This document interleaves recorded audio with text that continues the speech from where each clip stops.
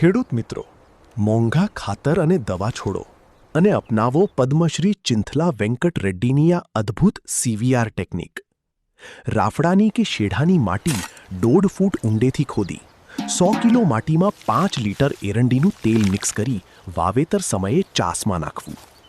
પછી જ્યારે પાક 1 મહિનાનો થાય ત્યારે રાફડાની કે શેઢાની માટી 1.5 ફૂટ ખોદીને તેમાંથી 20 કિલો માટી લેવી અને તેમાં 200 મિલી એરંડીનું તેલ મિક્સ કરવું.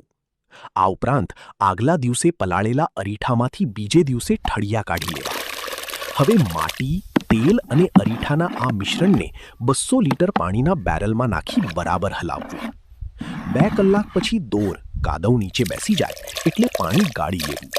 ત્યારબાદ 15 લીટરના પંપમાં આ ગાળેલું પાણી ભરી તેમાં 250 મિલી દૂધ, 100 ગ્રામ ગોળ, 250 મિલી ગૌમૂત્ર અને 250 મિલી ગોબરનું પાણી ઉમેરવું.